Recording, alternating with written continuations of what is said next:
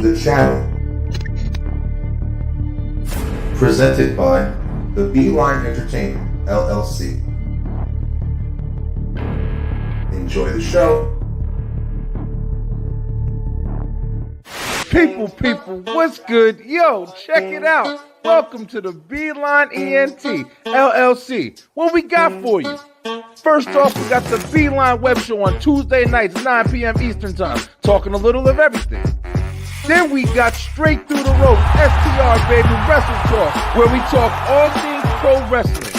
Next up, we got the Show Off Show, that's right, the Beeline ENT Entertainment. And then on Sunday nights, we going live on the line with that group panel discussion. Check us out. Follow us on Facebook, Instagram, TikTok, you name it. Head on over to YouTube and subscribe. Also, pick up some merch. The Beeline ENT LLC. Let's go.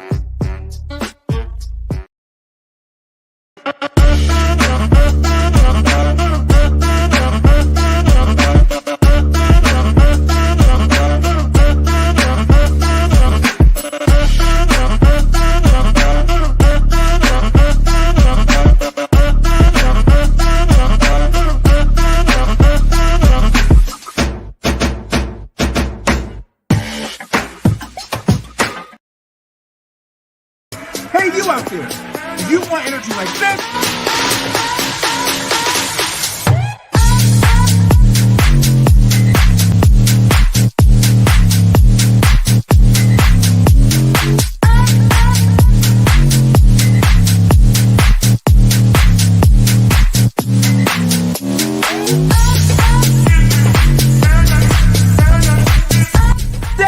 get the energy of me, Brian B. Enter that promo code Brian B NRG and get 10% off your order today.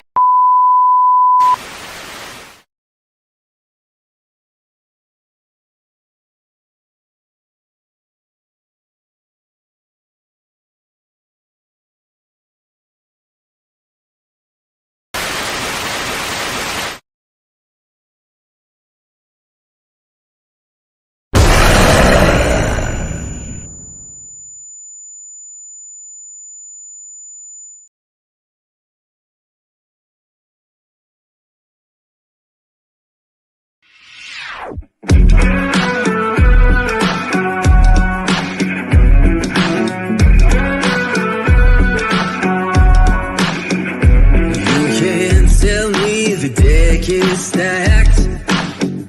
You can whisper behind my back. You can show me how the odds are up against me all day long. You can't stop me now. Can't stop me now. My feet have come too far for you. Yes, you are. Yes, you are. Yes, you are the only one. 'Cause there's something special about you.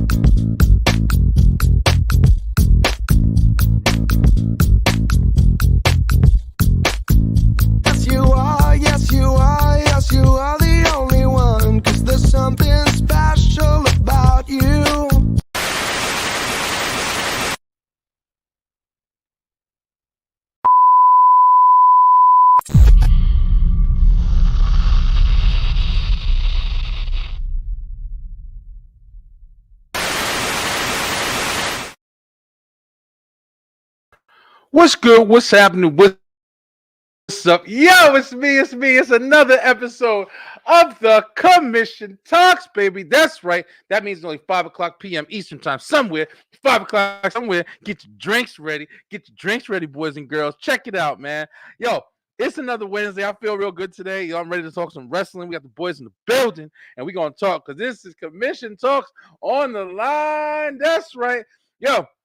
There's been a lot of talk. There's been a lot going on in wrestling recently, and that's what we do We watch wrestling, we talk wrestling, and we talk about it and our personal opinions. We fight about it. We do whatever the fuck we want to do. This is our show. You don't tell us not to do it, but we're gonna do it anyway. Hopefully, you guys seen all the new promotions we got going on. There's definitely a lot of stuff going on here at the Beeline ENT. I had me some chili earlier. Woo! Get you some chili. It's chili season, bro. It's starting to get chilly outside. Chili season. Speaking of doing stuff, you better go over there to YouTube and like, share, and subscribe, of course, to all the channels, everything we do, all our shows, everything we got going on, because we got a lot going on. You don't want to miss nothing. And, of course, you have the B-Line Entertainment LLC.com. That is the website where you can find all our stuff. I'm over here pulling my microphone and the cords out of my thing.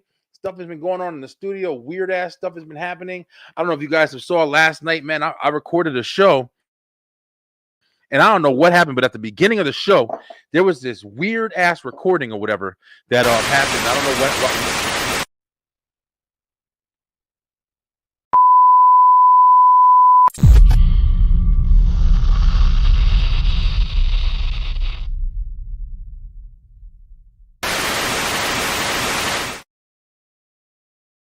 But it's been like that for a little bit now. I don't really know what's really going on. Everybody's been talking about, the Halloween special. I do it every year. But I don't know, man. I haven't been able to get through a show with like weird stuff going on lately. Like even the studio has been black. But it is what it is. It's that time of the year. So get ready. 10/24. That's where you're going to watch the new Halloween special we got coming out. Hopefully it don't scare you too much. Don't watch it at night. I'll tell you that shit right now. Do not watch this shit at night. It's gonna be real. But like I said, this commission talks. Y'all want to talk some wrestling, right? If you want to talk some wrestling, we're going to talk some wrestling. Oh, let's go! And gentlemen, coming to the ring, it's the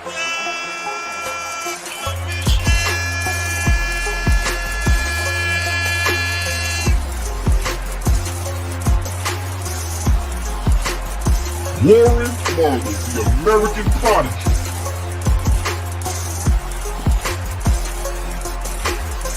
Dre on wheels. Don't lie and act like I'm crazy for saying it. Talk about hell no. The damn manager knows how to talk about it. And Brian B. Wait, you asked me, let me answer. Cody's story was invested in the Bloodline story, which was already a bigger story, and that's why I couldn't get as invested with Cody as maybe I would have if it was something else. Commission Talks.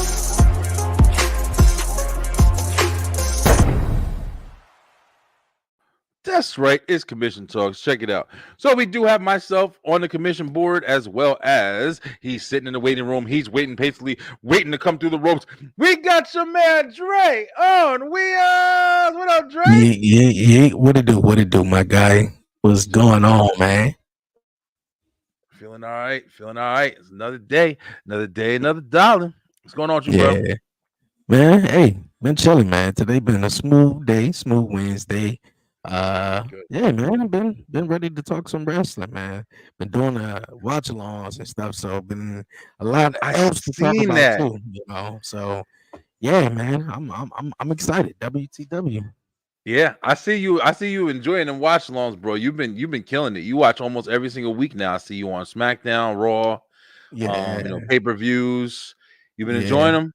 yeah. They've been fun, especially They're for fun, Raw. bro. Raw, I mean, ever since Raw in like 2 hours, it felt like an hour and a half now. So it just go Yeah, by real fast. But yeah, it's definitely fun. I haven't found the courage to do AEW just yet, though. So I guess one yeah, of these days I feel like I just need a break, not doing anything, just basically just watching it though. But yeah, man, having fun. sure. For sure. I definitely feel your shit. Not even just AEW, but NXT, man. NXT has Yeah. been on fucking fire, bro. Yes, it and has. I catch it like as much as I can because, like you said, like I got 3 shows I'm running over, 4 shows I'm running over here, and so it's hard to like watch it while I'm doing the show or putting the show together. But NXT has been fucking on fire, man. But yeah, I definitely want to get back to the watch alongs as well. They are a lot of fun, like just watching, like having your reactions and stuff like that. I think I've been too worried about how my shit looks. I'll be getting course. stressed out, you know what I'm saying? Yeah. But I'm like, fuck it. Like I'm gonna start watching it and just doing it, like Yeah, you ain't the only one. I get self-conscious too. I be like, man, I'm doing it right. Yeah. I don't know, but Hey, I think that's I think that comes with it. That you're gonna Yeah. have that self doubt. If I don't know if you don't have it, maybe you're a real confident person. Just Hey, killing it. But yeah, you ain't the only one. I like I like shit to look good, man. I like shit to look good. But yeah, man, it's definitely cool. And like you said, even trying to keep up with AEW and everything else. I'm a WWE guy, like I've always been, but I'd still like the products that are getting put out. 'Cause there's certain things I'm like, and that's some stuff we're gonna talk about today, of course. But yeah, man, fuck it, you know what I'm saying? Warren, he's definitely gonna be joining us in a little while. He Yeah. is on his way. I don't really want to get caught in the dad rant, but I guess he can kind of join in when we get here. But Okay. kind of just to start it off, if you guys are new to the channel, like a lot of times we come on here, we talk wrestling for sure, but we're all fathers, and we like to just kind of discuss like what's going on in the daddy world. You know what I mean? Like, I want to jump on and say I was on last week, but I missed like the opening, of us coming back when we came back this season, and I just want to say like I I really am enjoying what I'm doing right now because I'm by myself, yo. I'm in the house. I got my baby with me. I'm homeschooling and I'm able to do the beeline. And that's like that's been my fucking dream like since I started doing this. And I know I've said this before, but it's really like I've been like really paying attention to like my life right now. Like all I've done is ask for like the time and the ability to be able to do this successfully. Because you can quit your job and fucking what I'm saying, be struggling. But my wife, she got a really good fucking position, man, and she's really happy. It's not like I felt like a little guilty at first because we were both working from home for a while. But she got a really good position. She's loving her job. She just got off. She'll be home like probably in a little while. And it's just shit is working out really well. So man, I'm just super blessed right now, bro. And it's just been really, really, really satisfying. And yeah, I, what's crazy, Dre? Not to talk too much longer, but I've had to kind of balance how I've been doing shit because at first it was weird because all I wanted was free time, but then I started feeling Mhm. guilty because she was working and I was home. Like I'm home now. Like even though I got a lot to do, I take over everything else. I handle the kids, I handle the cooking, I every fucking thing. I do everything, and then the beeline shit. So it's like my plate is always full. I don't got free time to do shit. I'm always doing something. But it's Mhm. like I still felt guilty because she's going out and bringing home the bacon and shit as the man. You feel me? Like Yeah. as a man, I feel guilty. But yeah, I'm still super blessed, man, to be able to do this shit, for a living. Like it's great. Yeah, I think that comes with the territory, just being a man too. When you got your woman out there, or she out there working and making all the money, but like how you just said, you homeschooling, you also running Hmm. business, you also taking care of everything. So it's like wherever I see it in a relationship, especially the one I have too. If I lack in some part in the relationship, she definitely pick up and vice versa. So Yeah, yeah, that's normal though for us dudes to feel like that. for real. Yeah, yeah. You need that balance, man. Yeah, but I'm definitely getting over it now and just like accepting my role and just that's why I'm really trying to get my foot back into like the business all the way. But it Mhm. was a transition, man. It was a transition. I had to kind of really just wake up, like you just said, like kind of just understand, like, yo, listen, you still playing your part, play your part to the fullest, and make the team work. But Yeah, what's up with you, man? What's up with you? yeah. Any new challenges? Yeah, well, I haven't even announced it yet, or said anything about it publicly, actually, though. But my little man, obviously, it was some test ran a couple of weeks ago where he has, the same disability that I have, though, but it's more so, in his feet. And we Gotcha. haven't, seen any, thing, regardless, it was like my ass, you wouldn't even couldn't even tell, if he took, his braces off. So he wear Yeah. braces and go to therapy and stuff like that and run you wild and everything. But other Hell than yeah. that, it's just like, I look at that and I be like, yo, man, this man, you couldn't even tell if I mean, maybe if he took off his braces or whatever like that. But I mean, you couldn't even tell my man had, some, a condition or whatever though. He always talking Yeah. about top rope. Everything is the top rope though.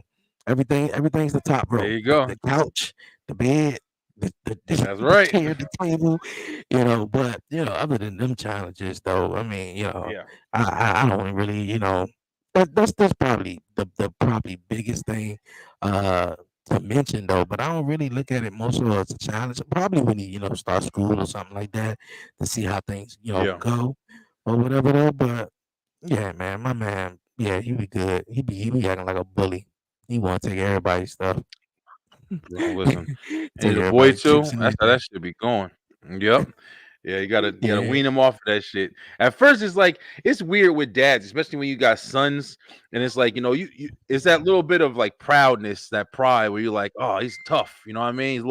He's tough. He ain't really what's it called? He ain't gonna take no shit. You know what I'm saying? But then it's like they start doing too much. You start getting calls at home and shit like that. I'm like, oh man, yeah, we gotta cut this shit out. Yeah, be a little nicer or whatever. I'm kind of yeah, dealing with that shit with my son right now. My son is he's 13, 14, my height.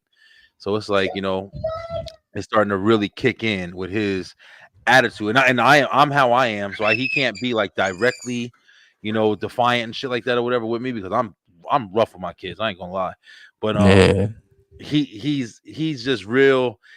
He's still doing it. It's just so subtle and just like, hidden or whatever. That shit is a challenge, man. yeah, You can't yeah. destroy him, but Little man got too much, energy. Where it's like every morning it's such, right now. Of course, he ain't in no daycare. I guess we the school at this point, So oh yeah. and I think we talked about this on Beyond 11:30, where it's just like Hmm. he had just completely ignore his mother. Completely, it's like it's a game. He just sit there, and just and I look over, and like especially if I'm laying down in the morning or whatever, and they'll get Yeah, up, babe, she get up like super early, like that's just her thing, yeah. and she can't go nowhere without. She can't even get up out the bed with him sticking his head up, like, "Whoa, time to play." Time to go. Yep, Yeah, that's time right. to play. And just jump on the bed. I'm here to stop. I'm here to stop. I'm here to stop. And I wake up and I'm just like, he just over there just cheesing, and I'm like, "You don't hear her? Say stop. Look." And then as soon as I get up, he run to her. I said, There you "Oh go. boy, this is something else. This is The something else." So power of I'm daddy, learning. man. Yeah, I'm like I'm learning as we go. Yeah, yeah, it's definitely a lot of fun, man. Definitely, it's fun being a dad. A lot of new experiences and stuff like that. But also, just like the family portion of it is just something else Hmm. that you adapt to. I had my show last night, and I was literally just talking about how, at times you think you know what you want, or you want something, and then you think, oh, well, I'll just wait until this. And then you don't realize that everything changes. So yeah, when Hmm. you were 20, you wanted that race car, you wanted that whatever, I said race car, like fucking, but you wanted that nice car, that Porsche or some shit. And then just the other day I was telling my wife, I was like, yo, listen, I want a new car, but I don't want no fancy nice ass. I don't really care about that. I want me a nice big car. Like I want one that's gonna fit everybody, that's gonna fit all my shit wherever I gotta go, do whatever I gotta do. I want that. That's the life that I'm wanting now. And I felt weird when I said this shit. Like, before I would have been like, oh, I want a Honda Civic, with the kid on it looking all nice, and you know what I'm saying? Now Yeah, I just want a decent car that's gonna support my current situation, not no fucking fantasy. But something simple though, yeah, not necessarily something simple, but not necessarily what you would think of at 20 years old. Even me now, exactly. I live in an apartment building. I'm like, you know what? I'm tired of this. I want my own house. And babe, she be like trying to move out, and because she got family to live in. Well, I do too. They live in Richmond, Virginia. So down it's like the Oh, country. okay. Yeah. You gotta like it's a house right here. You can't even catch the bus. Ain't no bus or nothing like that. You have a Virginia is car. fucking big, man. Yeah. When I So drove it's through like, Georgia, Virginia, yeah, it's it was like 6 hours to get through Virginia. Virginia's big. oh yeah, it is. It Yeah. is. So just that atmosphere, maybe you're just not having, I guess, neighbors, or you just just wanting to go out and have a backyard or whatever. I'd be like, yeah, man, this is kind of what I want right there. Just a house, Yeah. that's an I apartment. feel you. Because these motherfuckers act like they can't come up here and fix shit. Bro, listen, For listen. real. My son, we deal with that same shit too. We rent in the house. Yeah. Yeah, it's the same thing. But yeah, man. I mean, well, glad to hear, man. Hopefully, it's always good to find out information about your kids. Glad you getting them checked up on, and you're paying attention to this situation. My daughter also she got something with her feet. When she was born, her feet they kind of go like in, like both Hmm. of her feet. Yeah, they go in. Not Jordan, not my smallest one, My Mm, my stepdaughter, she okay. had it, and the Okay. doctor when she was born, they wanted to put like things on her, I guess to like or like break her foot or some shit like that and put Yeah. it back or Uh-huh. whatever. And her mom was like, "No, we don't need that shit." And no, she's Yeah. good. She's a little clumsy sometimes, but she's good, Yeah. man. Kids Same get way through with shit. him. Yeah, same thing with him though. It was more so he was like, it was walking on the like side of his foot a little bit though. Mm, But yeah. yeah. And then Yep. he just got the braces.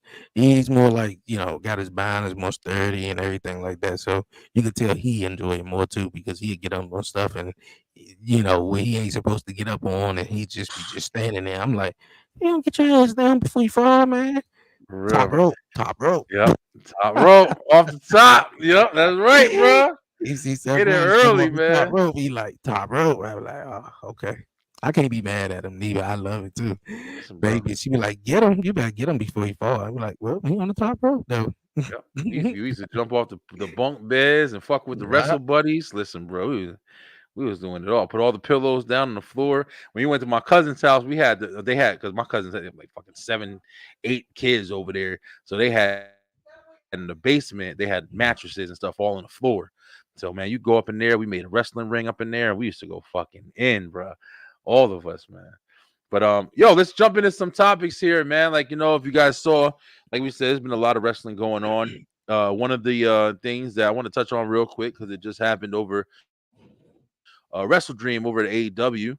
Um, an interesting topic. First off, one of the greats, man. I ain't gonna lie, I can't even hate at all. I know I've said my piece about Daniel Bryan in a bunch of different times because he said some shit that I didn't really like. I sometimes I don't really like his character. What'd he And kind say? of how he approaches stuff, just like talking shit about how people don't wrestle, and even when he was talking Oh, to the okay, Miz, okay. Yeah, yeah, yeah, I'm not gonna yeah, lie. Like, even remember that big segment he had when was talking yeah, with the Miz, like you're a coward in the ring and all this other yeah, shit. And I'm yeah. I'm like, talking smack. this Yeah. motherfucker literally go in the ring every day, and you talking shit about him. He's just like killing it. The Miz is a fucking legend. I don't care what nobody says. One of the greatest to ever fucking do it. I don't care what nobody says, especially I on the mic. agree. But then, Dan Bryan, when he went over to AEW, oh, they don't wrestle over there and shit. Get the fuck out of here, bro. Stop playing, bro. Like, damn well you was over there having, they built your name over there, and then you're gonna go and kind of trying to tarnish the shit. But at the end of the day, Daniel Bryan gave us some of the, greatest moments in WWE, in his Mhm. wrestling career in WWE. Fuck that. I ain't going to even lie. AEW, I don't really, I mean, yeah, he had some matches in AEW that were pretty good, but let's be real. When you remember Bryan Danielson, you're going to remember the yes chant. You're going to remember that crazy ass WrestleMania when them motherfuckers was all wanting him to win. He had to go through Triple H, Batista, you know what I'm Yeah, saying? Randy Orton.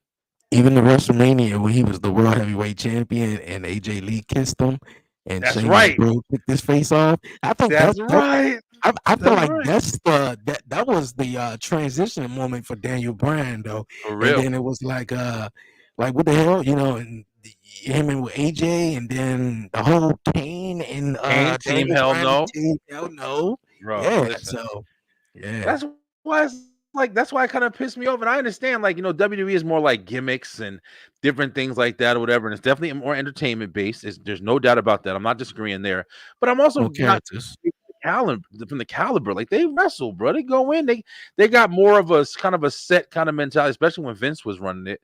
But I ain't gonna be like, I haven't seen some great fucking wrestling matches in WWE. Come on, bro. Stop playing. Like, and especially even from Daniel Bryan, definitely some great caliber matches that they've had. But more or less, he's had his last match, man, and it was up against John Moxley. And what did you think about it? Did you get a chance to see Wrestle Dream or at least that match?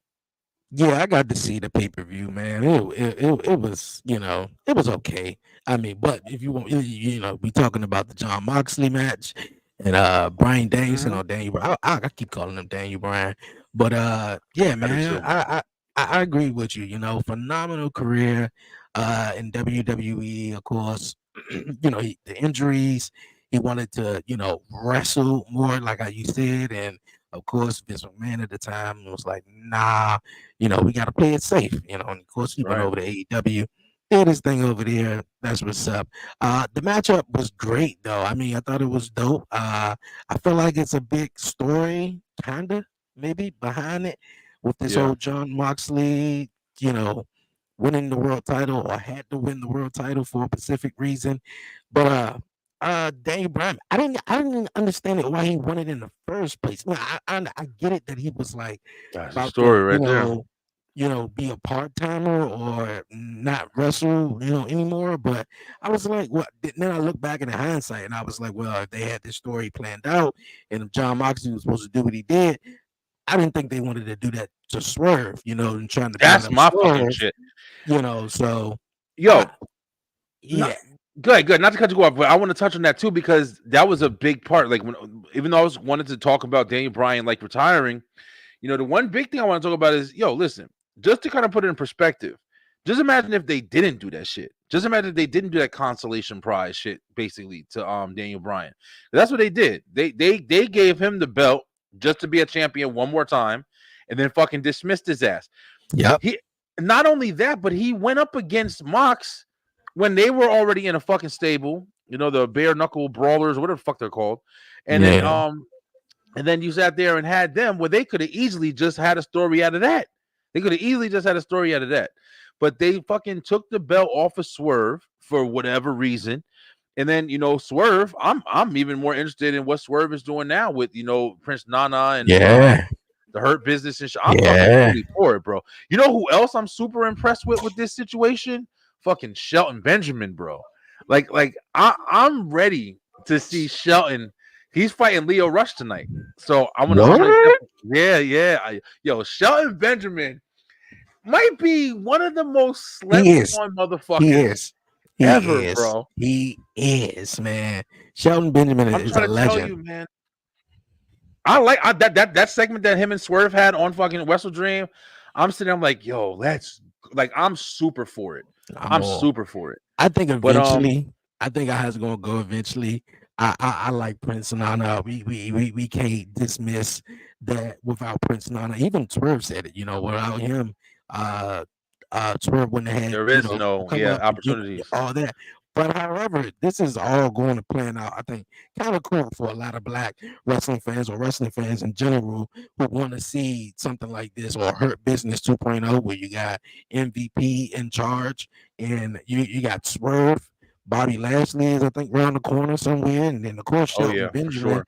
who is just so underrated, man. Just so Telling you, underrated. When I bro. think of Shelton Benjamin, I think of that Sweet Chin music Shawn Michaels gave him, man. Mm-hmm. Like, and just beautiful moments, besides that though. But yeah, man, like, Yeah. yeah, He's a beast, man. But there's so many stories they can tell.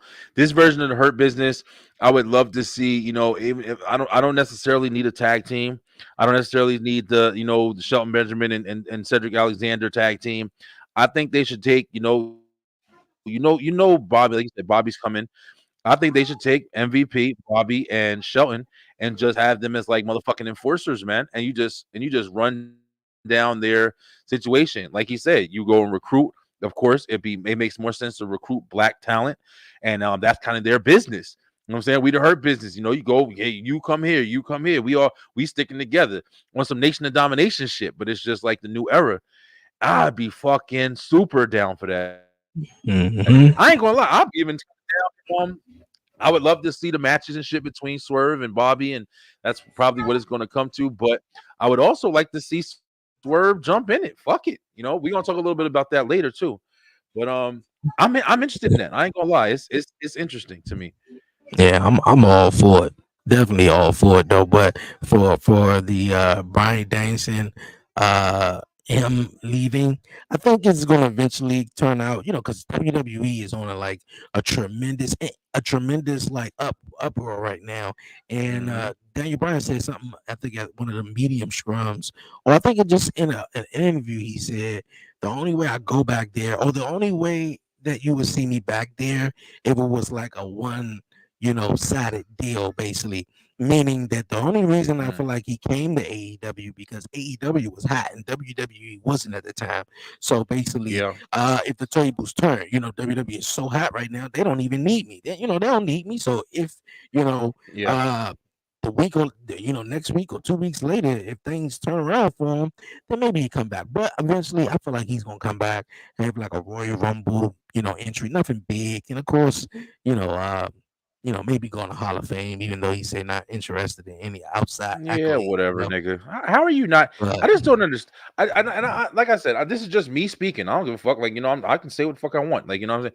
Just my understanding. Like how the hell can you make a statement like that, bro? Like honestly, it's a place where you establish your career, man. I'm not saying it's the only place you ever wrestled. I'm not saying that it was your favorite place to wrestle, but I'm just saying like just from the fans, just from like, the level of success that you attained in WWE, like how can you make a statement like, "Oh, I don't want to be in the Hall of Fame"? Like what the fuck? Like what is that even about, man? one thing I think WWE, yeah, WWE should have like a Hall of Fame rule. I'm not like for necessarily like how Edge. I think Edge was like real funny to me. I think it was somebody else too. It was like, okay, Edge, he had to give up his career back in 2011, and that Yeah. following year they gave him, inducted him into the Hall of Fame or whatnot. And I Hmm. guess that was more so like uh I can't find the right word, but that was more so like, damn, we sorry, your career had to end, so we're gonna give you this in Yeah. a way. A Hall But of Fame. Yeah, yeah. yeah, and look at it, he eventually came back. What, 10 years later or whatever. So I think it Exactly. should be like a gap or so. And I like how Stone Cold, when he retired in like 2003, he didn't get inducted into like 2009. So that was like 6 years, afterwards. Yeah, Hell, The Stone Rock Cold just ain't even in left. there. Yeah. Yeah, yeah, Yeah, Stone yeah, Cold just fucking bounced. He didn't even do it right. So yeah, I'm pretty sure they had yeah. their little, issue with him and stuff like that. But yeah, I Yeah, mean, we'll see. Like you said, the opportunities are endless. Man, you hear people talk all the time.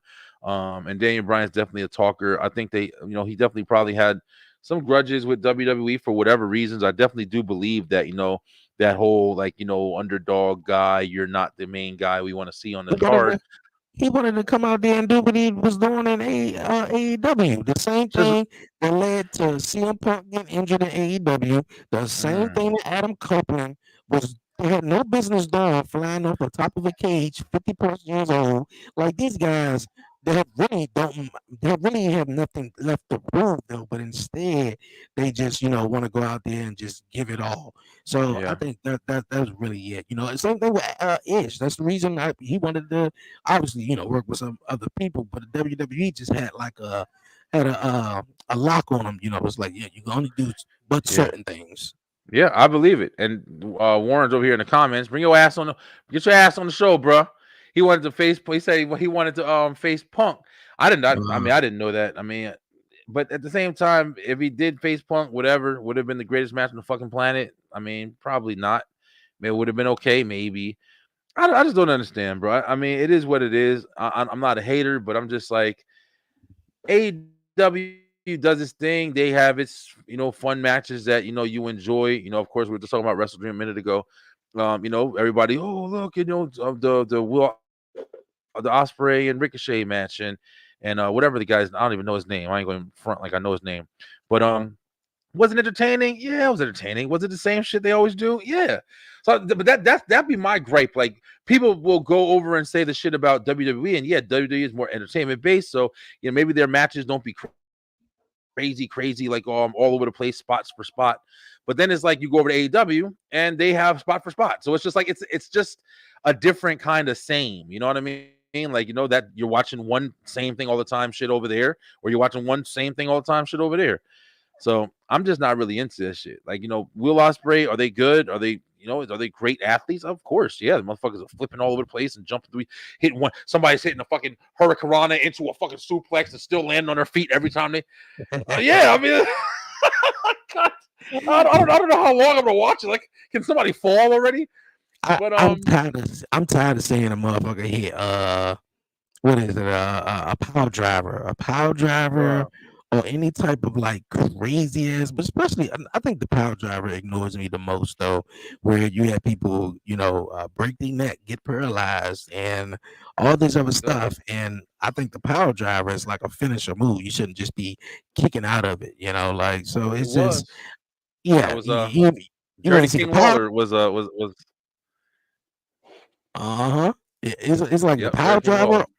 or the what else it is? The power driver, the Canadian destroyer, obviously Yeah, 10,000 super kicks. So yeah, AEW they cool. They can put on great matches though. I'm just looking for the story though, the story of it. Like the yeah. pay-per-views are 4 hours long. I don't know why, but hey, they're all them 4 hours long and with 10 wrestling matches. But I'm there for the story. Like for real, the highlight of the pay-per-view was like what we mentioned with Swerve and MVP in that That segment. was my So shit. I ain't gonna yeah, lie. Everybody was looking for Bobby Lashley, and then you saw, yeah, Adam Cole return, and it's kind of he's weird. funny. I ain't gonna lie. That was another thing I kind of He's want to talk funny. about. And this is me like not really even. I follow AEW, right, but I don't watch it as religiously. I'm watching it more than I ever have now. But when that whole guy in the mask thing happened, and then it turned out to be Adam Mhm, Cole. Adam Cole had an injury. And remember, it was Wardlow, it was fucking Adam Cole, and I don't even remember the mhm. other couple people that was in it. But at that point, when he was going up against MJF, they were the best friends, all of that shit. The story was about as hot as you can get it. Now, MJF took a heel turn. Now Adam Cole's coming back as a babyface. I'm just like, I don't even understand the investment at this point. I'm sorry. Like, if it was MJF going up against heel Adam Cole when he turned on you and flipped on you, that made sense. But now MJF is a bad guy. And I mean, it's just like the story just ran itself into a fucking whole nother story. Like, it doesn't, there's no Yeah, investment there. it So, just it just seemed like it just was. I don't even know how to even describe it because Adam Cole been hurt most of the time, and like how you I'm trying to mentioned, tell you, man. that devil storyline when it was revealed to be Adam Cole, he was still hurt. So it Yeah, didn't even play a factor into none of the on TV, stuff they were doing. I mean, he came out pulling promos, but after that, it was like he can't wrestle. So they just took him off, and then you just had that's what the was rest of the crazy. kingdom do that. So yeah, I'm surprised they even still going at each other. Yeah, yeah. I said the same thing when I saw him come back. I was like, yeah. I mean, you're always happy when you see like a return, but it was just like for his return, you're coming into a storyline like they were already building up MJF and Danny Garcia. Danny Garcia, but it's like just for him to come back now and kind of just be pushed into that spot. I just don't get it, man. And Yeah, I also don't get WWE over here like we're signing Daniel Garcia. I mean, I don't know. It might just be me, but I don't see the big fucking deal about him. I mean, is he I, like spectacular or something? Because I don't really see shit from him. I think it's for real, for real. What I believe is the I mean, I see a little bit in him, but I don't think I think the same thing with a couple of people like a Jade Cargill. I'm not gonna say Cody, but a couple of people I feel like they need to come over to WWE. Like I feel like they will have the best opportunity besides the exposure. You're gonna have that, but they have the best opportunity of being just a character. Mostly AEW, they just like go out there and just figure it out. That's But true you too. have a whole production team and writers and all that stuff, and I feel like they can kind of like make them, very interesting. But for me, it's the song. It's the song and it's the dance. So, he got that That little shit is dance. So, crazy. yeah. Yeah, I mean, I just can't believe like that's like a hot commodity because when I watch AEW, I'm usually watching AEW for Mox. I ain't gonna lie, like that's still my boy. Like he's been my boy. Swerve, for sure. And then I love the stuff, like I said, with like the Hurt Business stuff. Yeah. I like to hate Sasha Banks and call her Sasha Banks. I don't even call her Mercedes Moné, but I like to hate her. I do like Camille though. I like the dynamic they're building with her. I always like Mhm. the big bodyguard. I always like that. That's my shit. Kind of referencing Raquel and Liv. I Yeah. think I ain't gonna lie to you. I was definitely bored with the Judgment Day shit, but the Raquel and Liv thing, got it reignited for me. I ain't gonna lie. How'd you feel this week about Liv? My bad, Rhea and fucking Tiffany Stratton I teaming loved up it. this week, yo. Look at I did look at too, man. bro, bro. This Yeah, Raw was already taped last week, the week prior, and I yeah, felt like, damn. Well, this was good. This was what the second yeah, Raw that was like 2 hours. That Raw was yeah. good, and I like how also just trying to make the show more interesting, they added in, the backstage segments. Obviously, the people who were there didn't see him. Obviously, they Yep. just, put him in. I thought that was cool. However, I did not expect Tiffany Stratton to come out there and, going sort of mouth to mouth with Rhea Ripley, wind up being her tag team partner. I It was was like, oh good. yeah, It was yeah, it actually was really good, and I like refreshing. you said, I was super surprised that they did it in that way as well. But also, I like the fact that Tiffany is definitely she's standing out, man. She's definitely got some star power to her. People are definitely interested in watching her. In my opinion, she's definitely one of the next ones to really watch on the women's division Yes, yes, she because is. she got a mouthpiece. She's pretty and shit. But she also can wrestle pretty good. She's pretty good in the ring. She's not bad. Um, Hmm. it's just real interesting to see where they go from here because one of the things I wanted to talk about tonight, which we're going to get to once we get to the faces and hates, is just who's next, man. NXT, not to jump around too Jada much, but Parker. NXT, bro. NXT's women's division is so fucking stacked that you forget that there's even because of all these new entries, Stephanie Valcor, what the fuck is her name? Am I saying it I, right? Stephanie I Valcor, just call her Steph. Steph Valcor, yeah. Julia, and then you have, of course, like you said, Who the hell is? Jada Parker. I might get a lot of hate for that though, but Here we like go. Julia, like I Julia, mean, yeah. I mean, I don't even. That's probably me being my small little bubble, not watching New Japan or anything like that. But Yeah, she I was don't, big I in don't New really, Japan. yeah, All I right, don't really. guys. He's finally here. He's out of the comments section. The only wrestler on the wrestling show. It is the American prodigy, Warren Marlowe. What up, bro? A little bit. What's going on? That was a I good tried to that was stay in good a man. little bit, man. I wasn't home yet, so I All right, had that's to cool. stay in a little bit, you know. What? Yeah, yeah. One thing I will add on to what you were just saying, Brian. I do like the fact that how Tiffany Stratton just continuously tries to cash in on this so-called friend of Nia Jax, as if if I was Nia, I get so far away from Tiffany Stratton though. But obviously, when she do cash in, I think it's going to be immaculate though. One Yeah. other thing too, because you said about the women in NXT. I think right now Trish Stratus is like my favorite women's wrestler of all time. Like she's untouchable. But right now, I feel like WWE got the baddest women's on the roster they ever had right now, Oh man. shit. Just looking at Yeah. the roster, though, like you just mentioned, Tiffany Stratton, Rhea Ripley over here looking good. Yes. You got Jada He Parker said looking not good as down there. Yes. Lash Legend came up on SmackDown. Yeah.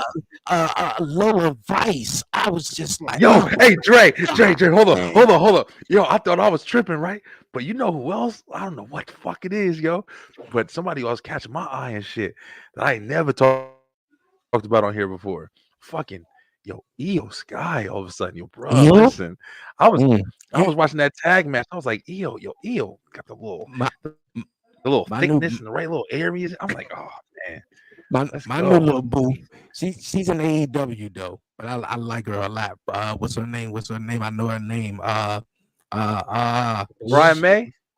No. Sky Aminata. What's her Oh, the name? girl that Mercedes is Queen racing tonight. Abinata. Queen Abinata. Oh yeah, Queen yeah. I Abinata. know She's you're an talking about. African shorty. Yeah, Yeah, she's fighting Mercedes next. yeah, that's my Yeah. girl right there. Yeah. Yeah, I know you're talking about. Yeah, Yeah, she but was damn, who did she have? She had a match. I forgot who I was watching. She had a match with. That was the first time I saw her. Somebody That's a who's Ring of big Honor. now that wasn't big before. Warren, what's up, bro? Good. Take a little mic time, bro. We've been me and Dre been chatting it up this whole time. It's always, hey, nothing's different. Just being life. Being yeah. back from Orlando. I don't joke about this, guys. Mickey is more expensive than a damn stripper. Like, good lord. Yeah, you gotta prepare for When like you a go to fucking Disney World, bro, year. you know that's going. Crazy. Everything's going. Yep. But the funny thing is, my kids were so amazed. I don't know if y'all are familiar with Orlando, but they have the biggest McDonald's. in the world, the biggest McDonald's. Like What? literally, it has an Yeah. arcade, everything. I thought it He has was a whole bunch of BS. shit. It's like a mall. Bro, they got two yeah. different. It's like a mall in It's McDonald's. like a mall. I Yeah. was blown away. Damn. I was just like, my kids had more fun in the mall at McDonald's than we did in Disney World. Shit, I know. I believe would have loved that. I've never been there, but I've seen it. I saw it on TikTok. They did this like a Bro, special. it is. I've I never will seen say that it like is that. somewhere to go. I even if you're not a McDonald's fan, it's somewhere to at least go. No, their food is. They have all the They have from all pizzas, the they have McDonald's. everything. Yeah, in the world, they have in that one area. Yeah, so every Yo. McDonald's that serves something in different all over the Right. world, they It's serve in like that 3 McDonald's. floors. It's crazy. It's an arcade up top, and then they got this big old playground. Like it's old school type That's playground. Like crazy. Yo, I do know you they go- still do have a ball pit too. I haven't seen a ball pit, and I can't even tell you when. Like Yeah, they don't make them no more. it brought my My- childhood back. I was like, man, this is pretty Yeah. dope, actually. my younger self would have loved something like that, bro. Hell yeah, Bro, kids don't know, man. Ball pit was the thing back in the day. bro. I had a birthday ball party at pits? McDonald's when Oh I was my like God. 6 years old. We had my Really? mom. We had a pictures. I had a birthday party. All my family and like neighbors were sitting. You on the could do ball pit. birthday McDonald's. parties at Yeah. McDonald's and stuff. At back then. McDonald's, Now it's yeah. like they don't have anything for kids. So when I went to this McDonald's, I was no expectations, whatever. But I was blown away. I was like, damn, bro, they got a playground for kids finally. Like it's, they got this arcade. It's like they had so many options for them. I was just like, Yeah. man, this is what restaurants are missing, in my opinion. Oh yeah, shit. The 90s, bro. The 90s used to. I know it sounds crazy, but remember, they used to cater to kids. Everything used to cater to kids. Oh, yeah. Cereal, food. You remember how they used to base commercials. it off of logos like Burger King? They Yep. had the little group, like they competed with McDonald's back and forth. Mhm. Hell If yeah, the McDonald's kids had club. this toy, Burger King had this toy where it was more upgraded or something. Like they were Bro, back I used to and forth. love that shit. I used to love all that shit. The damn, the kids club, the damn, Especially when movies the come out, like watches. they would premiere the movies off of it. Like it's a whole different animal now. But Yeah, I fucking love that just shit, bro. caught up. When I got on last week of wrestling, I just finished watching Wrestle Dream. I did not watch the prelim show. I was not watching the full thing. Hell no. I watched part 1.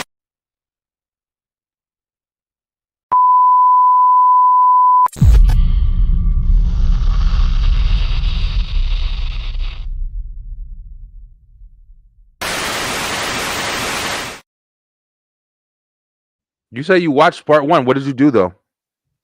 I don't know, man. You got somebody over there. What's going on?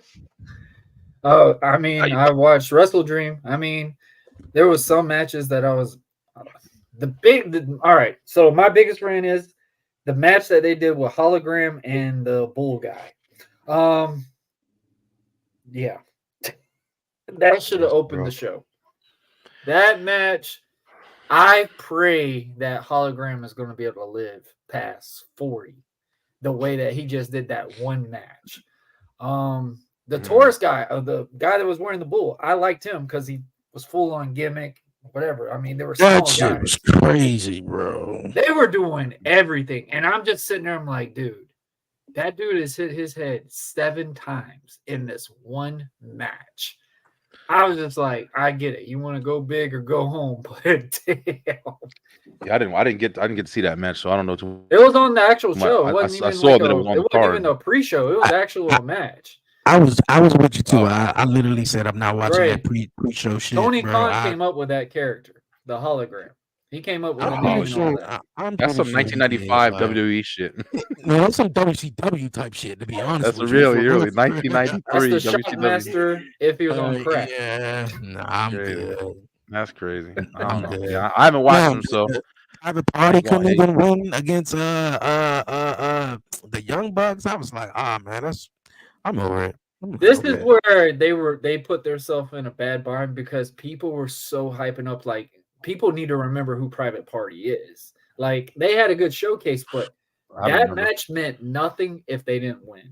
Like that was literally like a Jey Uso type caliber match. If Jay lost that Intercontinental match, that was it. There was no other way you were going to be able to get him on that scenario. They did that to Private Party. That's something I realized. That's something that they really did hurt that tag team. So Gee. we was talking about Monday Night Raw, and you just mentioned Jay Uso, man. How y'all feel about Jimmy popping up in the locker room? Storytelling. We already know. I've been saying that shit for how long now? I do like how they're Yeah, teasing it though. I do like how they're like, all right, this is what we're gonna do to get to Survivor Series. Because I was sitting there, I was wondering, it's like, who's gonna be the one to budge first, Roman or Jay? And Yo, I want to say I something. knew it was gonna be Jimmy. I want to say something real fast, though. I want to say two things real fast. I want to know, did you guys recognize that was like the old Roman Reigns on SmackDown this past week? Yeah, like if The you guys, old. yeah, the heel like Roman. yeah, heel Roman before he lost the championship. Like when he came out there, he obviously he cut off Jimmy. When Jimmy had his hand out, he just laughed and just chuckled with him and sort of played him off and was like, "Yeah, look at Jimmy," and everything like that. Even the whole motion, everything that how Roman Reigns, his whole mannerism was just like, that's heel Roman Reigns. And Damn, I missed it. I didn't see the beginning part of yeah, fucking SmackDown. yeah, like I was like, yo, man, that's just bringing me flashbacks to There we go. Let's give 2022 that. Roman Reigns. So Let's do that. I wanted to mention that. Missed Another that thing shit. I wanted to mention too, after Jay went to his locker room, he saw Jimmy, boom, and Jay walked off, and Jimmy just had the little crazy looking face. And then right after the R-Truth in the Miz match, they went back to it. And then the reaction when I was, I put up where Jimmy is going from door to door. Now I came up with the theory is Jimmy, he couldn't have been looking for Jay Uso, even though he, initially found him at the end of the hall when he went to the door, because he knew where Jay locker room was at. He was sitting in Jay locker room. So I believe Jimmy was looking for Sami Zayn. Sami And Zayn. Jay Uso was coming out because Jimmy was like, okay, this it right here. And I think Jay was coming out the locker room talking to Sami Zayn, like, yo, they trying to get me come back to this family shit. And then Jimmy was trying to go find Sammy to try to get Sammy to butter him up, butter Jay up since they cool with this shit now. That's right. That's my theory that I believe Jimmy Good Uso theory. who he was looking for. Because at the I end of like that. SmackDown, he said, yo, man, we need help. Oh yeah. My thing We is all now, knew we were gonna get with here. Kevin Owens, the way that he is rebelling right now. Oh, Kevin Owens. Oh, my War God. Games right now. Rock is not Bro, in we War need Games. that shit. Kevin is He going to don't be in need War to. Games for the new bloodline. Rock don't need to be in War Games. No, Bro. that's You what I'm saying. you is think Kevin's gonna be in a war game? Cody's going to be on their side, and they're going to look, and Rock is going to be like, Cody, I got somebody that despises you, whatever. And Kevin's going to take Rock's spot. Now, the way that I feel like they can get to it, Sammy, I like that concept. But my thing is, if they do that way, I don't see Sammy getting into that unless if Sammy and Kevin are going to be like, Kevin's going to be like, so you chose him over me too. Like, I love what they're doing with Kevin right now is because what they did with Randy. Kevin felt like he was betrayed by Randy because Randy was trying to be there to, consolidate both of them. Did y'all see the camera footage of it? Yeah. Hell yeah. He fucked I Randy love up. how, and this is something that I wish AEW would get better Let's on. play this too. Facial experiences. Because they have they've got to look at when they do the camera angles and stuff like that. They have got to look at the expressions of the talent to showcase what the meaning of that spot is. That's something that I really love what WWE does with Kevin right now because they zoomed in on Kevin's face when Randy struck him. Like they wanted you to see that is the climate. That's that cinematic thing that we're gonna go, oh my God, that was cinematic. Perfect.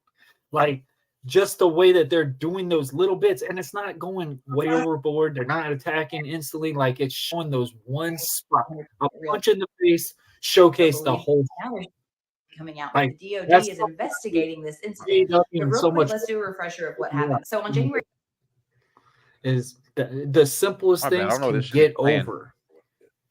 Yeah, I saw that. He's gonna talk about if they don't play this video or whatever, he's gonna share it on social media. Oh, I want to see that. I just seen the Kevin Owens beating up. It's just him explaining that SmackDown. Okay, let's hear it. Can you hear it? It's a little low.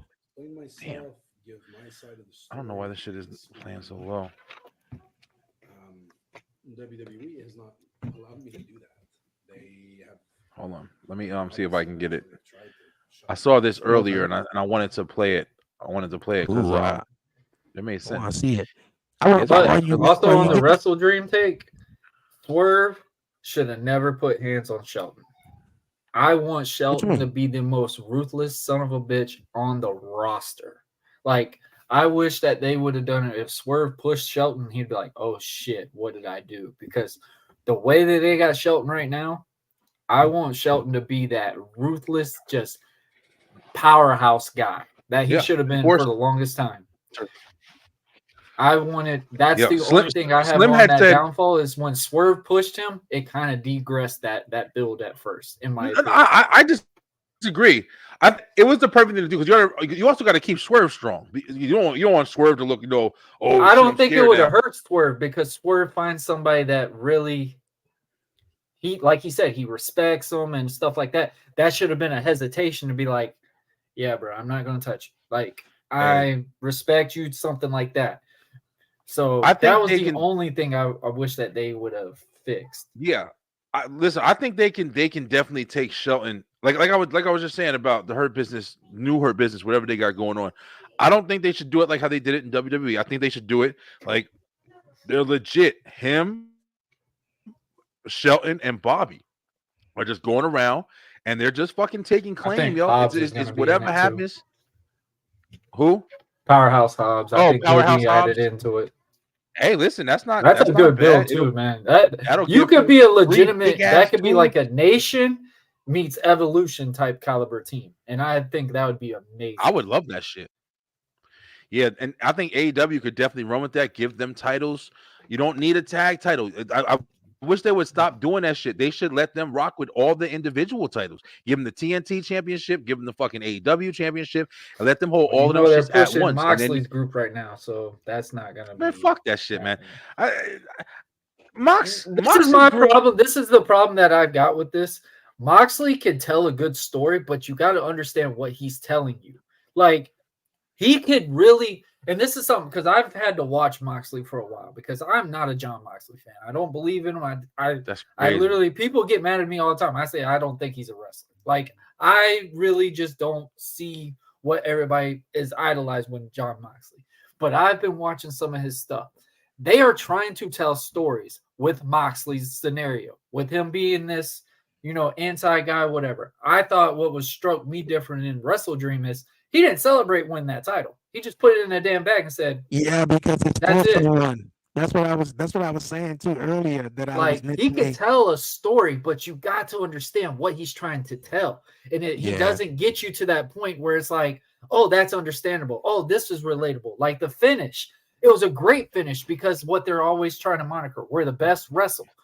Daniel Bryan, Brian Danielson, whatever we want to call him, he's finished so many people with that choke, that move. It's a legitimate wrestling move.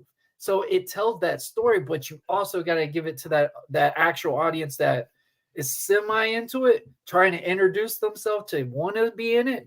They've got to show it to where the crowd can go, oh man, I'll tune into next week to find out what's going on with this. I'll look at this part. They give you so much instantly on that show.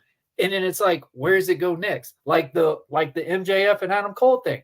You just did a double swerve. Like, why is Adam Cole going to be a babyface now? Like, it makes no sense. That's because he's TK's boy, and that's a fan favorite thing. I've been listening to podcasts, and that's really the only way I've been able to keep up with wrestling lately. What they've been saying is spot on. TK has soon he's got to say that I resign from being on creative because he has no creative ideas of what's going to happen. If Shane McMahon's coming in, I think that would be the best fucking thing that happens for him because he knows how to run a business. He knows how to build the wrestling skill. They have so much talent that can put matches together. Like, I get what they're doing, but this is the one thing that I have a biggest rant is when you watch a WWE show, you could tell the type of matches that are going to be on the card. They're not all the same. None of them are all the same. Like when I saw the Ricochet and Ospreay match, it was a good match, awesome match. Like I talk about it all the time. Ricochet is probably one of the best in-ring performers I've ever fucking witnessed and eyes on. But you're never going to care about him because he's not a character. Back on the couch. Will Ospreay, I'm never really going to care about him because he's not a character. The one guy that gave me a like, damn, I like this guy was the Takashita guy. I am big on this guy. I think he's really good. Huh? Yo, well, I want to say one none of thing. these motherfuckers, yo. I want to say, I cringed when they did that table spot where Ricochet went through that table. Oh my gosh! Yeah, that was that was crazy though. One thing I will add on to what Warren is saying though, how Moxley did not sell that championship. I like how he put it in the bag though. It gives me the illusion that he had to do that for someone else. Basically, maybe he may be giving the championship belt to someone or something to that effect. Now, maybe not like, necessarily just like you're the new world heavyweight champion, but basically, doing something different though. But yeah, I like that though. Yeah, the Wrestle Dream was okay. My Wrestle Dream was okay. The WWE talent is getting digressed being on AEW TV. And I have been witnessing it numerous times. Mercedes Moné, she was a box office star as Sasha Banks. I feel like she has died down instantly being on AEW. Because there's not a lot for her. First of all, it's not necessarily there's a lot for her. You're starting to see the weaknesses of what she cannot capitalize on. Bro, I don't even know if that's true because I don't really know. She is not good on doing promos by herself without written scripts. We have seen it point blank now. Like, it's getting to those points. Is like, there's a reason why some of these things happen for you to keep elevating yourself up. If you're going to go to somewhere that is not that same style that you had because you want to change your level, you need to elevate that and adapt to that scenario. These matches that she's having, great matches, but the people that she's working have no chemistry in the ring with her, and that's what hurts the matches. Listen, I wouldn't even say they're great matches. I'll be dead ass with that. Her and Britt Baker match sucked ass. They don't really. No chemistry. That's another thing about AEW. Their women's division is not good, man. I'm not saying that their women can't wrestle, but they don't have a strong women's division. They're trying to one up every single time. Like, they're trying to prove, I can outrun you in this ring. I can outdo this. That's not the concept of pro wrestling. You're supposed to follow the opponent. You're supposed to make that opponent look good, and the opponent's supposed to make you look good. Like, it's supposed to be a back and forth scenario. Like, their matches, they did 13 match card, whatever.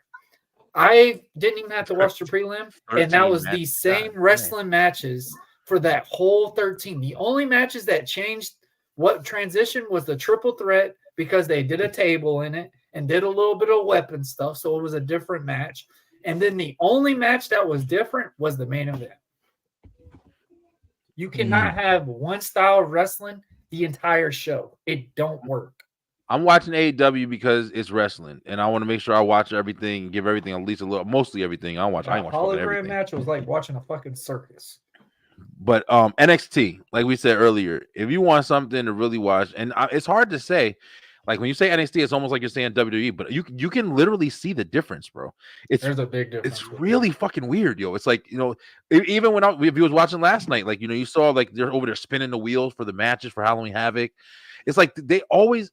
One thing I can say that NXT does well is they have their gimmicks fucking mapped out perfectly, bro. Perfectly. Like, every single thing that they put onto something or with a match or with a stipulation, they do that shit perfectly.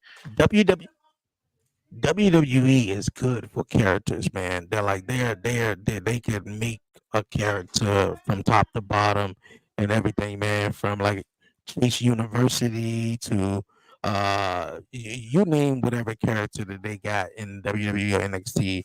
WWE could definitely do it better though. Yeah. All right, guys. I know we already an hour in. I'm glad Warren's here now because we're gonna go ahead and go a little old school here. Due to recent events and stuff that's been going on in WWE, especially, we're gonna play a little game that I think we played only one time. It's called Faces and Hates, baby. That's gonna be the game where we choose a wrestler and we decide if they are better as a face, baby face, or a heel, a bad guy, somebody you want to boo, punch in the face. All right, so I got a couple wrestlers lined up. We're gonna kind of go down the list here. And a lot of these are, based off of current events or whatever. Like, you see some changes happening. First one, we just talked about her and it kind of sparked a little conversation about like pretty ass women that's in wrestling right now. But yo, Tiffany Stratton, faces and hates. Face. I'm gonna say this. I feel like Tiffany Stratton has been a great heel. She's got that already like kind of hateable kind of gimmick to where it's like the valley girl, she's too good for everybody. No, don't touch me. I'm too clean. I'm too preppy. And it's been working. But recently she's starting to kind of switch a little bit. Like I think her whole demeanor, especially the whole Crown Jewel thing with them going up against the Liv Morgan and stuff like that, is putting her in a different light. So I can see her as a baby face, but I think she is a heel. She's definitely a heel. So Yeah, she's a I'm gonna say heel for that reason. yeah, she's a heel by default though. But I think obviously she's aligned herself with Nia Jax, who's kind of like the Yeah, ultimate women's heel right now. And another thing that makes her slightly a babyface is she got the Money in the Bank briefcase. So that's right. anytime somebody got the Money in the Bank briefcase, the crowd gonna go and say they want to see you cash it in, all that, et cetera, et cetera. But yeah, by default, she is a heel. I kind of like want to keep it that way, but I think we in an era right now where wrestling is like the heels are more enjoyable to watch, and you can tell it by watching them on the TV screen. And it's like when they become a baby face, if they become a baby face and they get stale, then it's like, oh, boo. But she like Brian just said, that perky, like got an attitude. I'm a Prissy. turbulent, yeah, like Yeah, it's working, and it's then working. like another thing is, like you just mentioned, she's in the mix with Nia Jax, Liv Morgan, Raquel Rodriguez, Dominic Mysterio, Rhea Ripley. So yeah, it do give her a big spotlight too. It was real fresh to see her on Monday Night Raw, which I think that was her first Yeah, time with on Monday Rhea. Night Raw. Yeah, so That that was was dope. perfect.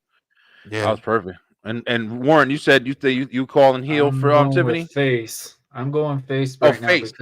because she's showcasing so much right now. I feel like this girl is one of those girls you had to elevate from Boy, being that a match bad she gonna guy have in first. Charlotte. That that bad guy Mersana, but by the time that elevates, especially with the cash in, the money in the bank and stuff like that, she could be one of their biggest faces as a woman's competitor, especially on Yeah. SmackDown. She will be one of those underdog baby faces that literally outshine so much when it comes to that because of her look, her presentation. She is fully characterized. Women can relate to her, that beautiful imaginary Barbie. There's another person we always wanted to that we all still say to this day is one of the best of all time, Trish fucking Stratus. She is Mhm. literally that scenario in her in-ring performance scenario, top notch. She could be one of the biggest baby faces in a female's roster if they do Mhm. it right. Yeah. Yep. If they And do it right. that matchup between Tiffany Stratton and Charlotte Flair is gonna be Oh, it's something gonna else. be a crazy one It's when gonna they be do really another good. one. I believe Especially if that Charlotte too. works heel. All right. So we got another one. We're gonna pull up. This is gonna be a surprise, but I want to get everybody's thoughts on it. Now, this is gonna be the change. Oof. Xavier Woods. Oh, that's not hard. Xavier Woods. Go ahead, Dre. Take the lead. Okay. I take the lead though here. I would probably, now if you asked me this 3 weeks ago, I probably would say maybe a heel. But he's a babyface right now. I think he would do a lot better as a heel. But the way things are going on, I think we talked about it, maybe I think it was last week. I think it's going to be eventually going to be Kofi Kingston who's going to turn on Xavier Woods, though. Making Xavier sort of like the he's going to be the he's going to be seeking sympathy from the audience though, because I'm his telling you best right now. friend turned Yeah. on him and stuff like that. And That shit and gonna and at the build him. and at the end of the day, Xavier was right. It proved everything. Even with Kofi Kingston turning on him, it would prove that Xavier was right all along. But For real. however, I would say a heel because I'm always pushing for something new with the New Day. But Yeah. I mean, the way this story going on, I'm thinking as a baby face though. But I would love to see him as a heel though. What you got, Warren? All right, so this guy, I remember when he first came to the roster. I remember when he was on Impact, and he was wearing the red, white, and blue. Rocky. The Apollo Rocky. Creeds attitude and stuff like that. I literally looked at this man as this guy can definitely be a heel. Meeting him and on a couple of indie promotions and stuff like that, I was just like, it's such a different transition when you meet the person compared to the character. But when he got to WWE, he did his little shuck and drive and all that. I was just like, yeah, that baby face still is not clicking, in my opinion. And then when he got to the New Day, I thought he was the weakest link when it came to the New Day. You had Big E, big muscles. You had Kofi Kingston. Kofi Kingston, I really never could thought ever being a heel. But this guy right here made you have a believability coming into that. So I've been constantly just be like, all right, I don't know how they could transition Xavier into a babyface, but with Kofi, they were able to do that. With Big E, they were able to do that. Where they were able to just play goofy and do these comedy stitch and be one of the greatest tag teams that's ever been out there. One of the greatest factions. When it comes to an African American tag team, regardless what anyone says, they are in that top 3 conversation because they have no doubt. put so much longevity into a tag team division. They have done in reality, they have been going through so much ties as a tag team. What tag team wrestling has been going through, as much as John Cena had to struggle with the audience that was not pro wrestling fans at that time, but still had to be that one to be that ambassador, be that guy. Hey, come watch WWE. I'm that guy. I'm the big baby face. Come love me, stuff like that. Even though when it wasn't cool to like wrestling, like I feel like New Day has went through those growing pains from the longest haul. But when it comes to Xavier Woods and seeing what they've been doing with him, yes, I agree Kofi's going to turn on him, but Kofi is not going to be a heel out of this. He's going to be like, enough is enough. I can't deal with this. This is not the New Day. This is not the positivity that we've been going through. Xavier is going to be like how Kevin Owens is. Why is everybody turning their back on me? Why aren't you appreciating me? I gave you so much amount of years, stuff like that. Xavier Woods could be one of the big mid-card heels if this works out right. See, I don't disagree with that. I don't disagree with that because it's a very valid point. I'm not trying to be mean on that, but I don't see a heavyweight champ caliber out of it. Xavier. I feel like if at this point the tease between Kofi and Zave, if Kofi doesn't turn heel, you're missing a great opportunity. In my point, you are. I feel like because of the fact not only with just the swerve option of it, which I feel like real fans of this shit, people who watch this shit, who've been watching this shit for a long time, can see this is a perfect opportunity for a swerve, Because if Kofi switches, that's basically building 2 people in one. Kofi switching is going to be a crazy situation for most people. They're gonna be like, Kofi Kingston, what the fuck? They're gonna have a match, which is something that you never even thought of. That's going to build both of them.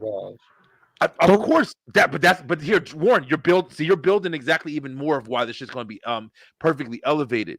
If Big E gets involved because Kofi switched on Zave and Kofi's the baby face out of it, and Zave is more like, what is you doing? And then he tries to go against Big E. Maybe he'll kick Big E in the balls. Some shit. Yeah, he gonna get heat for it. But just imagine Kofi flipping and saying, man, I've been done with this shit. Why you think I wasn't doing this for you? Just imagine this, like you said, like Dre said, the sympathy that Zave is going to get, plus the aggravation, the heat that he's going to build, going up against Kofi, and then having, come in and having Kofi turn on Big E or some shit. It's going to just put them both in position to take off babyface Xavier and fucking heel Kofi, man.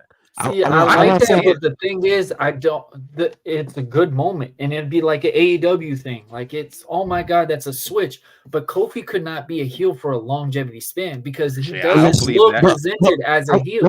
I don't believe that, bro. Xavier, I could see it. He's wearing dark clothes. He's wearing different transitions. You're looking at it this like, bruh, he fits that mold.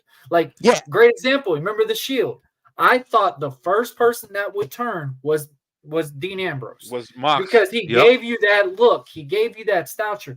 I didn't even look at Seth Rollins as a babyface or a heel. I just looked at him as like, nobody. Let me say this shit to y'all real quick. I got to talk to the camera real quick. in the Shield, if anybody lies to me and says they were watching Seth Rollins in the Shield, you fucking You lying. watched Roman Reigns. You was watching Roman. No, you was watching fucking Dean. You was watching Dean Ambrose. Them Joker fucking camera. And he was the leader. I don't fuck. Nobody says Dean Ambrose was the leader of the Shield. He was the voice. He was the most memorable with his persona, with his personality. Like a bloodline scenario. I want to say something. Dean Ambrose played the Jey Uso way. Loose cannon, always attacked, always reacted instantly, simultaneously. Roman played his role just like he did on the Shield.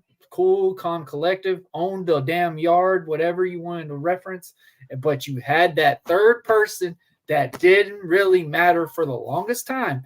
And you thought that same thing with Jimmy until they got that little transition with Sammy to get a little bit interaction with both of the scenarios. Look, hold on, Dre. Say what you want to say about the Kofi Kingston thing. Yeah. I think one thing I think Warren just said with Jimmy and Jay, like even we thought it would have been, Jimmy who would have been, Intercontinental Champion by now, but actually it was Jay. But also to the Kofi Kingston thing, I think Kofi Kingston, besides John Cena doing the thugonomics, I think he, healed for a little hot second though. John Cena and like Kofi Kingston has been one of the two guys who've been the longest babyface streak in the career.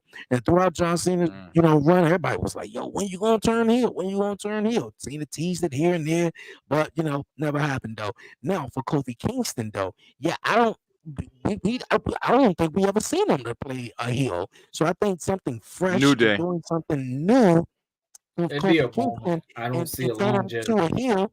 Now we don't know, and I don't want Big E to play a factor into none of this. Because he could play a factor into it, bro. Because I feel like if you want to split New Day, Big E has to be a part. He's got to be there somewhere. Yeah, I mean, you just can't, so they can. It wouldn't even make sense if they didn't do it. So they can make that statement. Go, hey man, we're no longer the New Day. Even if but I one feel like two sides, Big E could come in out of it later on down the line. I feel like if you are focusing on this story that you're telling with Kofi and Xavier, let's do that. And I think it makes it more memorable. I think it makes it more memorable, and it makes you look at it, go, "Wow, this is really happening." Like even if Big E cannot be in the ring, I need him in this storyline just to show, hey, we've been this so long. This is like a New Day farewell in the same showcase. And in a way, you elevate that next person. If it's Woods or Kofi, you elevate them because now you show that moniker is like, wow.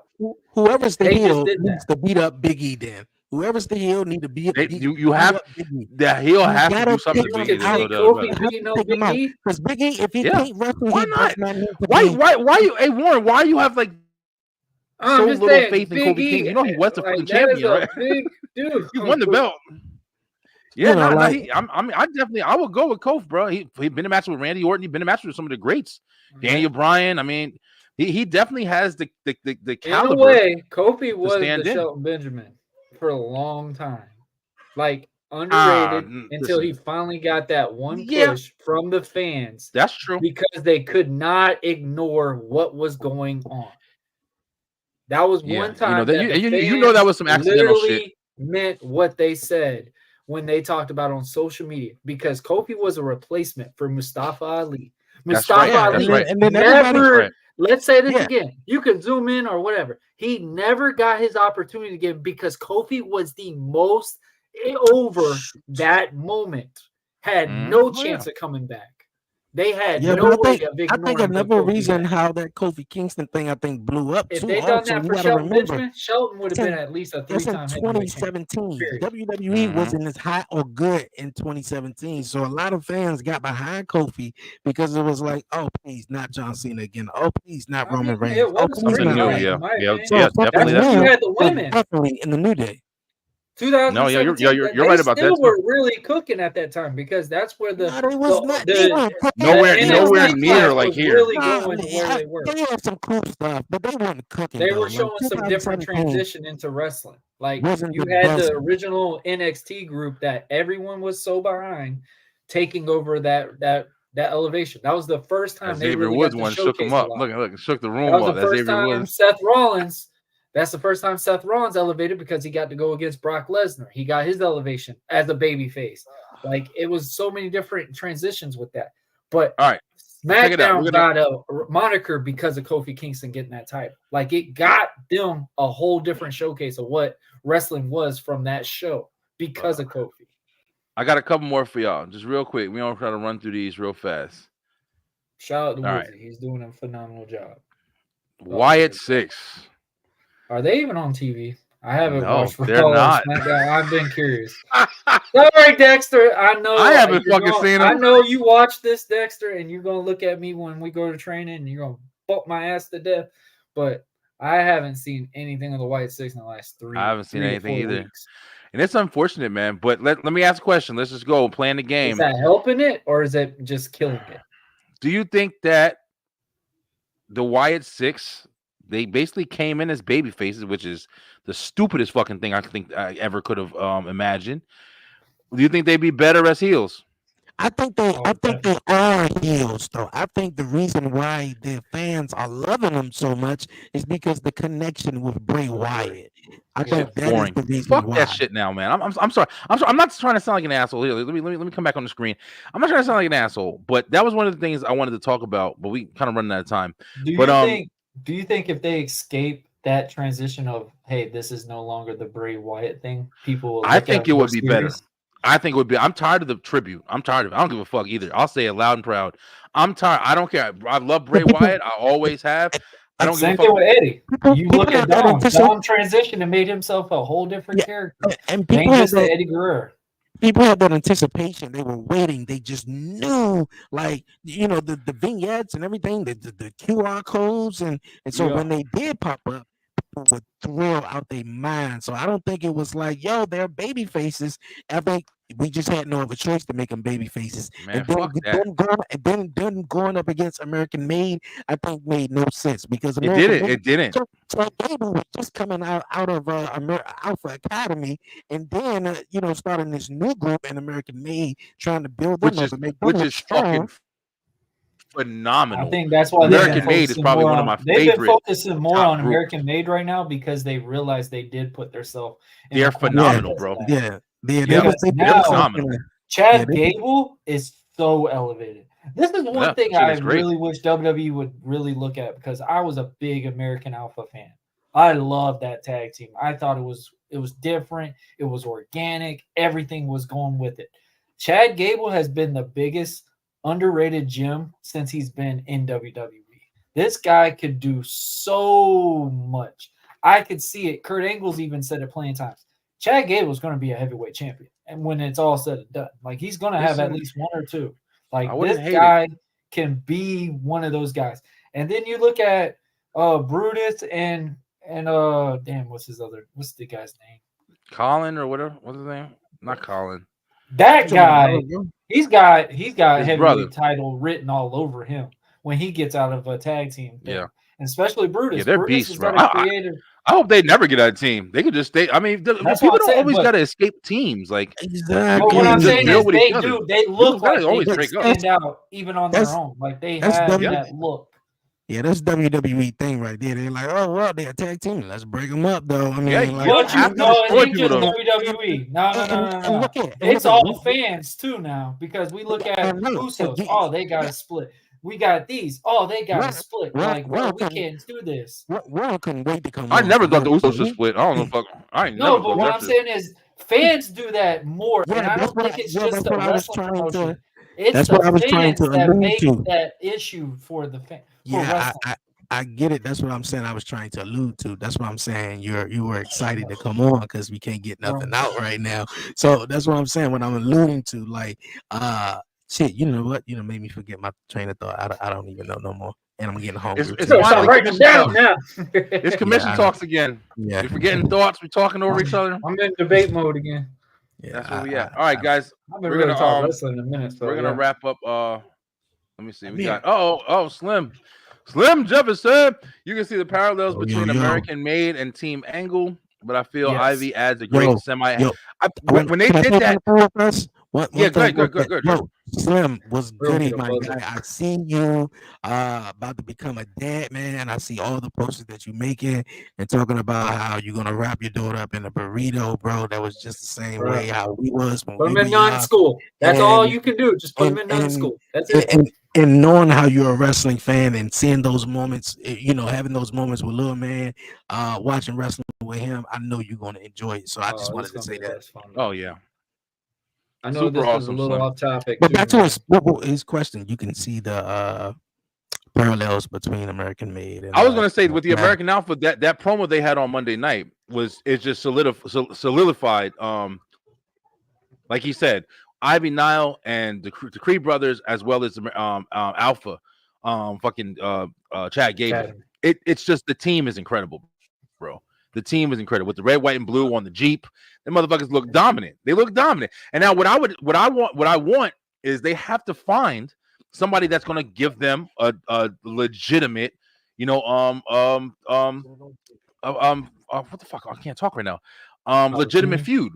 You know what I'm saying? Like, you know, you're gonna want to see somebody who's gonna go up against American Alpha, and they're gonna actually be really good, and they're gonna fucking rock the house, man. And I'm looking for that. I want the stable fight. Some of my favorite shit back in the day used to be DX versus fucking the Nation, you know, whatever versus the Corporation. Like, I used to love that shit. So it's like that gives you a storyline to be invested in. Don't need a title, don't need anything like that. Then you got the women shit going on. Then you got the title picture shit going on. And then you got the goofy shit going on. Bam. The goofy shit. I'm entertained in wrestling. So it's like, you know, you definitely have a lot of. I love goofy shit. You feel me? But it's just like, I feel like right now they have. Miz is doing right now. My God. Miz too. There you go, Miz is Slim. going to have a title before it's all said and done again. I couldn't wait for him the Miz to turn back to a heel, man. I couldn't wait for it. And no, have you been seeing the things that R-Truth has been posting? Talk about I hope you sleep with like saltine crackers. Nah, I haven't seen. You know what? I just followed Jada Parker. I think she's the only one I've been following right now, though. I follow everybody, yo. I follow all of them. Funny though, but no, I didn't see what Truth posted though. Yeah, you know, Truth just being Truth. But outside of Truth, you know what I'm saying? It was a nice transition to get Miz back to like a hateable character, which is not hard for him to do because that's his natural element. But like you just said, Warren, listen, let me tell you something. The Miz, I fully would love to see heel Miz in the fucking World Championship picture. World Heavyweight Champion picture. And legitimately, not that Bobby Lashley, him and John Morrison bullshit. That was bullshit. I'm talking about legitimately making Miz, give him a little entourage again, bring Maurice back, and make that motherfucker a real problem in Raw. Especially Netflix Raw. Come on, bro. You telling me you can't find two people to pair up with the Miz? Come on, man. Come on. Two motherfucking legit people to pair up with Miz, yo. To that Netflix is about to be outrageous. I'm telling you, I'm ready for it. Wrestling moniker thing, bro. You're gonna bring a different audience into this picture. I can't wait. There's nobody that doesn't have Netflix. Like, yeah, it's gonna be insane, guys. I'm excited for it. It's hour and a half in. You know, usually we don't go too much further than this. So we did play some faces and hates. Hopefully you guys tell us, once you are watching this, leave your comments and stuff like that under the video. Commission Talks is always going to be here Wednesdays, firing off on all cylinders. I hope you guys have really enjoyed the promos that we got going on. That's for me. I've been putting out shit all fucking day. So guys, let's go around the room real quick. What you guys got going on, man? Anything new? Yo, I think I'm gonna go first though. New episode of the 11:30 podcast show is out right now with Adam Emil, pop artist, R&B artist. He talk about time working with Stevie Wonder, getting into the business, with Color Me Bad, and just so much other stuff. So dope guy I had on. So if you guys, when you guys get a chance or whenever, definitely check that out. And other than that, man, definitely the wrestling content is definitely staying strong. So for sure. Yo. He on that Tino schedule now. He on Tino's schedule now. Every week. Wrestling. Hey guys, obviously buzzing with Marlo. We're back. I am pushing as hard as I can to make sure I'm putting out an episode every week. I apologize about that. we're now back from Orlando, so everything's going to be a little bit more easier to deal with. My son also has a new gaming channel. He wants me to make sure we tell everybody that. He loves Roblox and stuff, so he wants to stream video games. We're going to work on that, try to really get that better. But obviously, pro wrestling schedule right now. Next Saturday, I'm back on DCCW roster. I have been gone for about 2 months. Just I needed a break. So be my first show back. That's going to be a fun one, especially if you have families and stuff like that. It's a free show, man. Trick or treating, all that. So I'm personally doing this because I never do shows like this. And I owe everything to them. They do phenomenal work. They do phenomenal shows. I mean, the talent they bring out there, I will always be in depth to them. So I definitely will be there, have my match and stuff like that. So if you want an opportunity to see me, go out there in McClenny. We're going to be at a church, so it's going to be a real fun thing. I'm excited about that. I'll be back. Supposed to be going in a show with Chris Adonis. We're going to be doing one in November 9th in Georgia. I will be working with the former Masterpiece, so we're going to have a fun one with that one. So I was just revealed now, actually, so there you go. But yeah, man, a lot of good things going on. Families happily, families ready to go. Halloween's upon us. Freaking Thanksgiving's gonna be there, and Christmas is right there. End of the year. Hey, Warren, you said I'm on Tino's schedule. Look at Tino do live streams every single day. I've seen you lately on them now. I'm like, dang, bro. You know what, Dre? Yeah, he's not lying. Actually, listen to AEW. You're doing. Yeah, you're doing watch alongs twice a week. You got your show. You got you working, bro. Hey, I'm trying, man. Look here, I'm trying. This how I worked before I had the kid. So I told myself if I get some free time, definitely. Yeah, the watch alongs are definitely. So, that's what I wanted to ask you guys. Because both of you guys do it real fast. You guys do the gaming, the streaming. You guys got the gaming streaming thing. How do you stream how do you stream the games and stuff? Because I got an Xbox One. So if I want to play, because I got the EA Play Zone, so I'll be playing Madden, the race car, and all that. So if I wanted to stream and have it on the computer, how do I do that? You can put it on your Xbox. You could stream literally on the Twitch thing, share the screen, whatever. From the Xbox.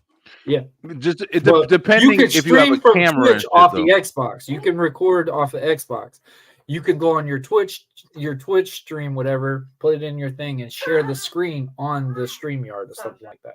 It will show that way. Or you could do, or obviously I've heard a lot of people talk about the capture card. Capture card. You hook the Xbox in that, and you just play it through the PC. That's what I do. I use a capture card. Like I said, I like my shit to look fucking crisp, yo. But I was fucking with it. I still fuck with it. I still try to do it on StreamYard now because it's just easier. But I was doing what the hell did I have? Streamlabs. I Streamlabs for a while. And Streamlabs is good because it allows you to stream to TikTok. It allows you to stream to a bunch of different platforms. Go up quick without even you knowing.